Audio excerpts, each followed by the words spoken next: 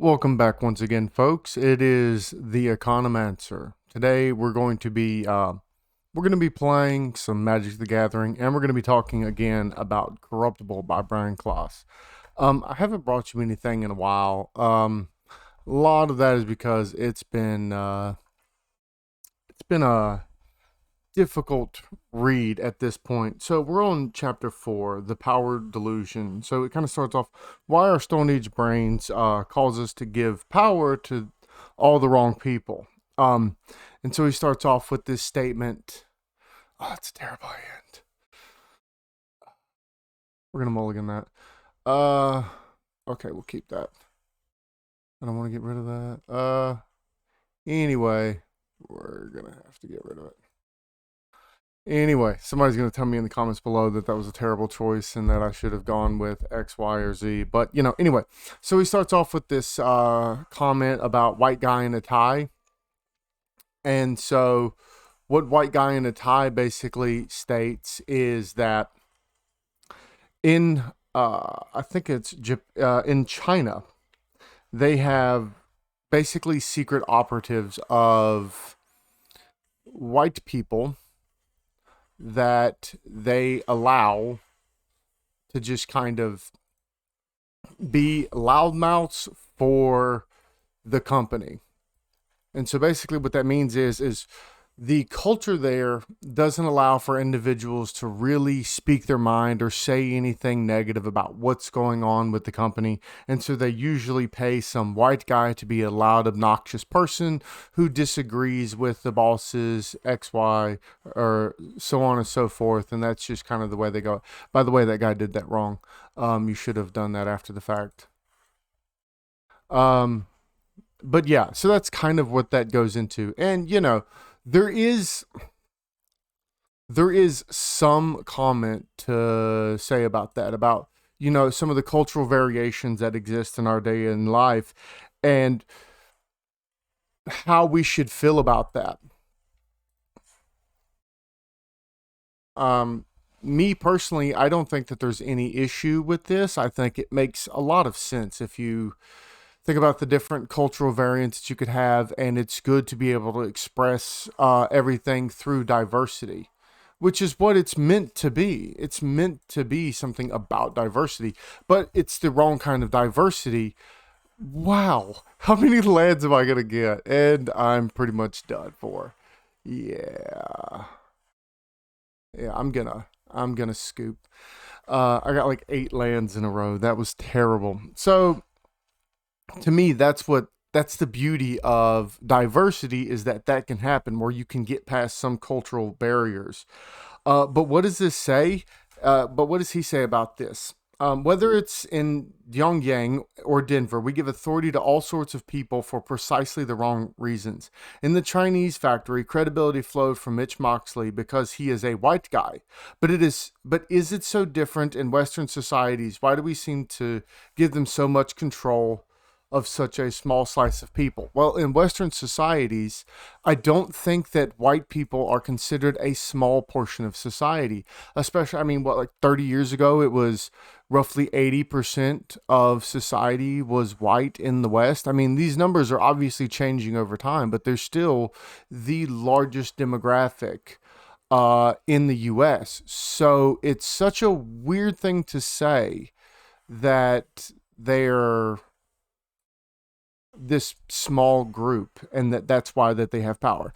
But again, if we go back to this Chinese statement about they just get to go there and do all of these things, and how we as a society ought to react to that, again, it makes sense because we're going to promote this type of diversity. But again, because it's a white person, this is bad diversity, which is why Brian KLAAS, for all intents and purposes, is an absolute racist jerk face. Oh no, I have to get rid of something. Actually, that's really annoying. I'm gonna get rid of this because it comes in tapped. Yeah, even though I need the land.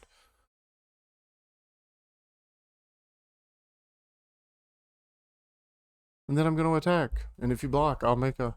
Yay!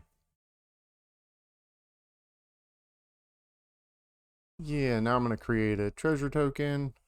Boom. Anyway, so then he goes on to say, of the 500 largest corporations in the United States, 468 are run by a man. That leaves just 6% with women at the helm of those, right? And so again, there's this, oh, the white man takes up all the power from all the people, and we can look at all this. But again, there has to be something as to why this matters. You can't just make the statement that that's bad. There has to be something else. And to just say like, oh, look at it this way, this is bad, I completely reject that. I think that that's a wrong-headed approach to it.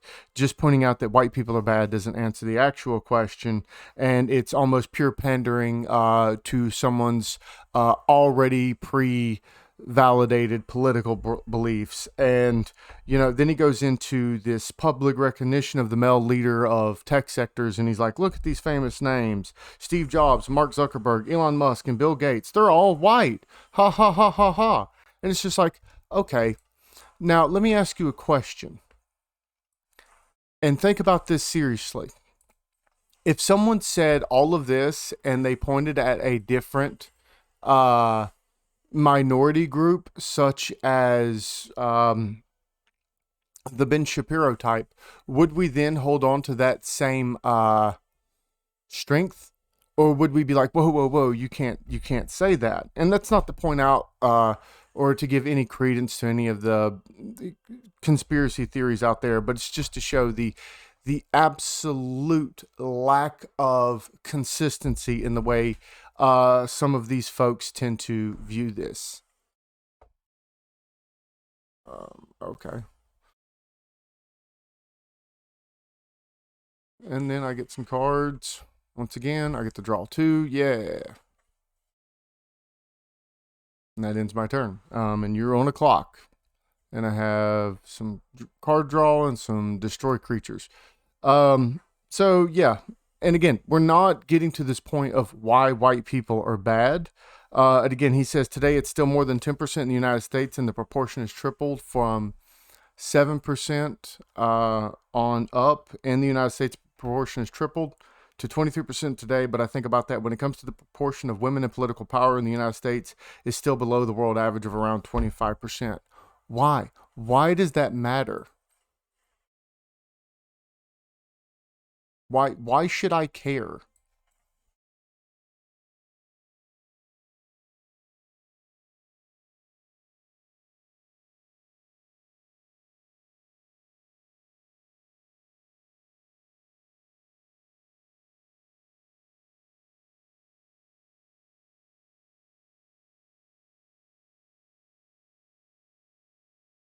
Because that's the major issue here, is that once again we're being told something, but we're not being told why we should care. And it all comes down to, in my opinion, absolute racism. Yay, I win. Um, because there has to be something that's laid out about why we shouldn't let white people be a part of society and why we should remove any power that they have. Okay, we also, let's face it, end up with a lot of cruel, incompetent people in positions of authority. At first glance, that's a bit perplexing because power is relational. In other words, individuals can't be powerful alone, which is something I said in the very beginning and wondered why he never brought that up. This is the first time in this book that he really lays out that power is relational. And not only is power relational, is that it's a grid, it's a network. There's some centrality that happens with these individuals that leads to the power that someone has. If you ever look up network science, there was a few famous papers that go into this about how the Medici family, during its rise to power, how they became powerful is because they were the most connected group.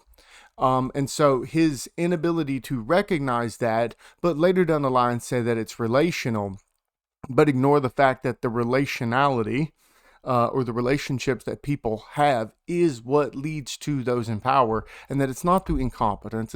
It's not through any of the ways that he seems to think that it is. And then he goes,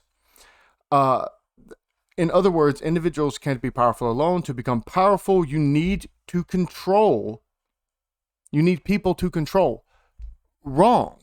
You need people to empower you for you to be in control of them. People have to willingly give up some level of agency for whatever reason. I'm not making a statement about X or Y, but people have to give up some of their own agency, their own internal power so that they can activate this, right? And so he says, power is therefore given, not taken. Again, that's something that should have been brought up in the very beginning of the book, but it was laid out in chapter 4. So, or as primate expert Franz de Waal put it, you cannot be a leader if you have no followers. So it raises the obvious question, why do we let awful, incompetent, even murderous people control us? And why are there so many white guys in ties? Again, do you see the ridiculousness of this argument? Why do we have white people in power? Why can't we just kill them all off? This is basically what he says. All right, and so the answer is partly because of the flawed evolution of our brains dating back to prehistoric times. To see that how this happened, we need to take a closer look at signaling and status symbols, which I'm a huge fan of signaling and status symbols. And he goes into how we analyze human behavior and leading into whether some animals are what you would consider hold on, let me make a move here. I'm going to do this because I'm going to take him off axes.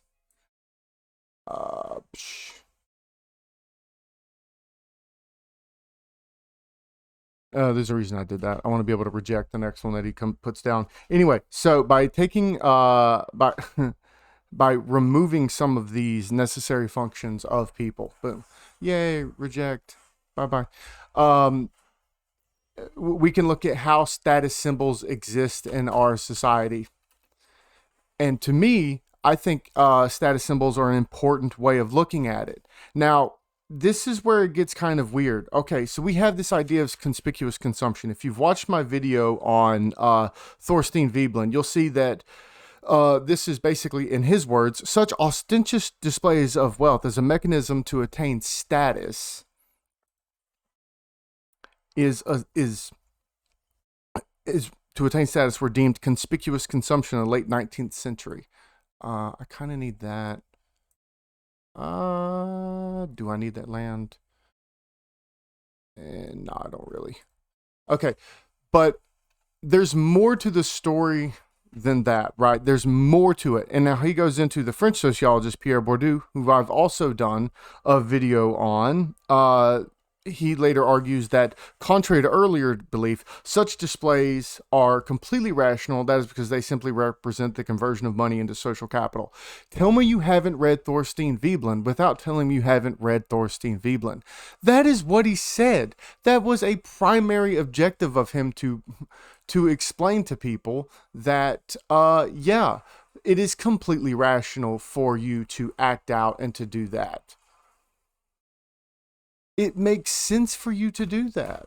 It's completely rational for you to do that. Now, what Thorstein Veblen says is that people shouldn't do that it isn't really rational because you're wasting a lot of money, and you're not gaining anything from it, and that's why it's conspicuous consumption. But to say that it isn't rational on that individual's behavior makes sense. And again, you can look at Thorstein Veblen in the Instinct of Workmanship, and he lays out about the change of base from husbandry civilizations to the habitual interests of other kinds of different cultures and societies, and how we have different hegemons, and about how the changes of civilization and all of that lead to these different patterns of consumption, and that we presume poorly when we state that this is the way consumption ought to be portrayed. And again, it just lays down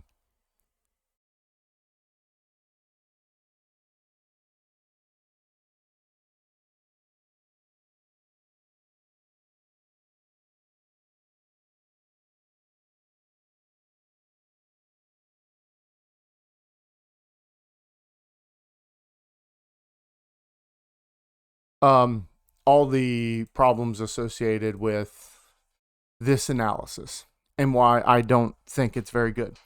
All right. So then he goes on to this statement: men clearly believed, either consciously or subconsciously, that flashing some cash was a surefire way to signal status in front of attractive women. Women, interestingly, didn't change their donating powers patterns even when attractive men was in the picture, which goes back to this thing here. And again, that's because men exist in a different hierarchy than women. I don't know why you would assume that they exist in the same hierarchy, but that's the argument that he wants to make, which I wouldn't make that argument because I don't buy that. Um, anyway, so he goes, signaling is an important shortcut for status displays because we don't walk around with our bank account balances or our job titles taped to our foreheads. Right, but that doesn't actually count as an argument in modern day. And I know that seems crazy. Why does that not count as an argument during the modern day? Well, we have, I don't know, all of these different social media. And social media does tell you something about an individual more so than anything else. They do have their job title. They do put how much they make, especially if you're on online dating. These are like part and parcel of how you're supposed to how you're supposed to exist in modern society. You're supposed to tell people what they have, what they don't have, so on and so forth. So yeah, no, we do actually have that. And this goes back into the role theory. If you had watched any of my conversations that I had with the sociologist about how things are different. Um, okay, so as soon as it's possible to use tanning as a less costly dishonest signal, its potency diminished. Today, tanning bed usage signals something else: a willingness to get skin cancer. What a display of stupidity on how people interact in modern society. Like, how could you get something so unbelievably wrong that you think it's okay to say that? Like, that's not what it means at all. There's plenty of reasons. Some people may have a preference for their skin being that way, not because of any racial or phenotypical arguments, but because legitimately they may actually think that that looks better in accordance with, say, their with their hair type or something like that. And that makes sense. That's completely reasonable. It's completely rational to have that. And I don't know why an individual would make the argument that they shouldn't be able to do that. All right, and the last thing, communities that are underrepresented in the pantheon of modern leadership can do the human equivalent of pronking endlessly. Still, the power gap persists. Why do we consistently make such badly skewed decisions about the people we put in charge? Yet again, we need to travel back in time to understand the origin of our species, which is what I thought this was supposed to be, because it's going into signaling, which isn't signaling of what we're supposed to do. Um, but he doesn't make that argument, and he makes a really poor argument here. And there goes your charm stray. It's dead. But I mean, I don't know what to expect from this individual. Honestly, he makes such poor arguments about all of it, and it's ridiculous. And I can absolutely not stand the way he writes. And the next part is going to go into how white people are evil and men are evil, so on and so forth, and that we're supposed to just be okay with him, being absolutely horrible and racist about people.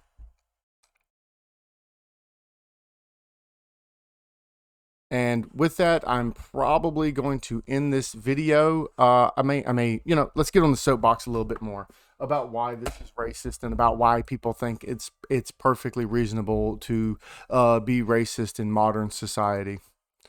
Um, People have this assumption that because white people are the ones in power, that it's it's okay for us to just be okay with them being the ones being told that they're evil, that they're bad, and that we have no response to this.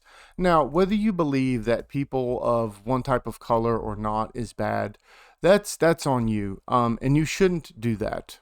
I mean, I hate to be that guy, but you shouldn't do that, because at the end of the day, we shouldn't allow racism in our society.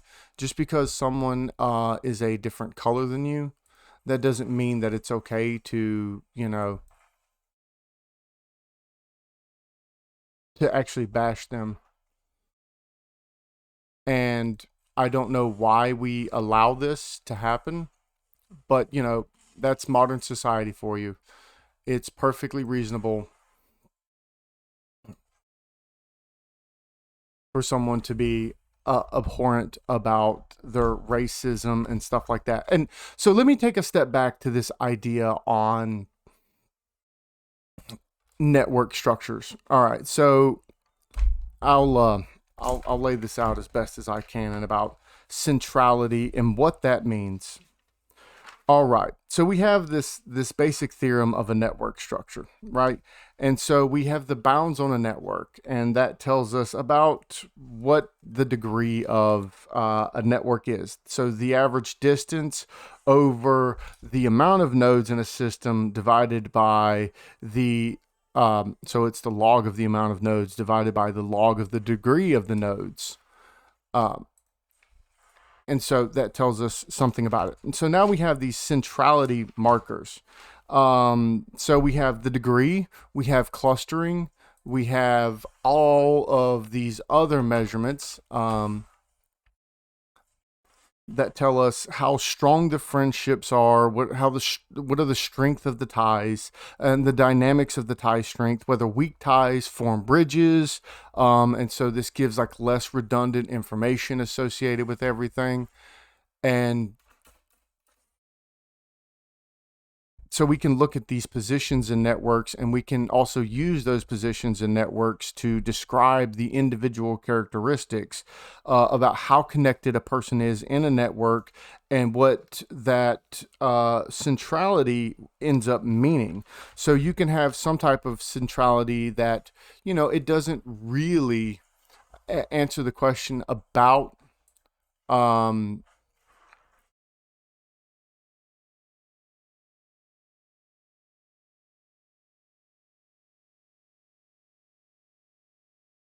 about an individual. Wow, I'm playing like white prison. It's so weird.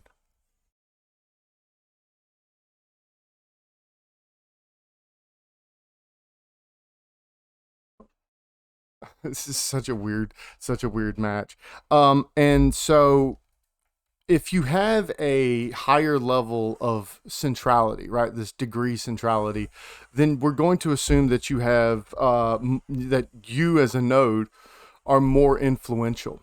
And if you're more influential, then guess what? You're going to have more power. And so we're going to be able to look at your network and find out that you have more power. And then your centrality, depending on what kind of centrality measure you're going to use, it's going to be proportional to the sum of the centrality of your neighbors. So the more central you are, and then the more central your neighbors are to everything, the more power that you're going to eventually have in it. And so this network structure of power also leads to what we think and what we know about an individual's level of diffusion. So what does that mean? So if you are more influential, you're going to be able to influence a larger construct of individuals. And so when there's first contact or something like that, you're going to be able to better spread this information or your influence. And that leads to differences in the diffusion of your network. And that should be game. Yay! So I won that one. And so I hope that makes sense, and I hope that explains why he's wrong. One of the things to think about in this, uh, I'll actually explain this last bit pretty quickly, I think.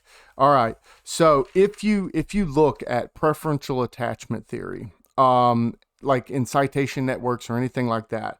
Okay, so what it is I prefer to attach to nodes that already have a higher number of link.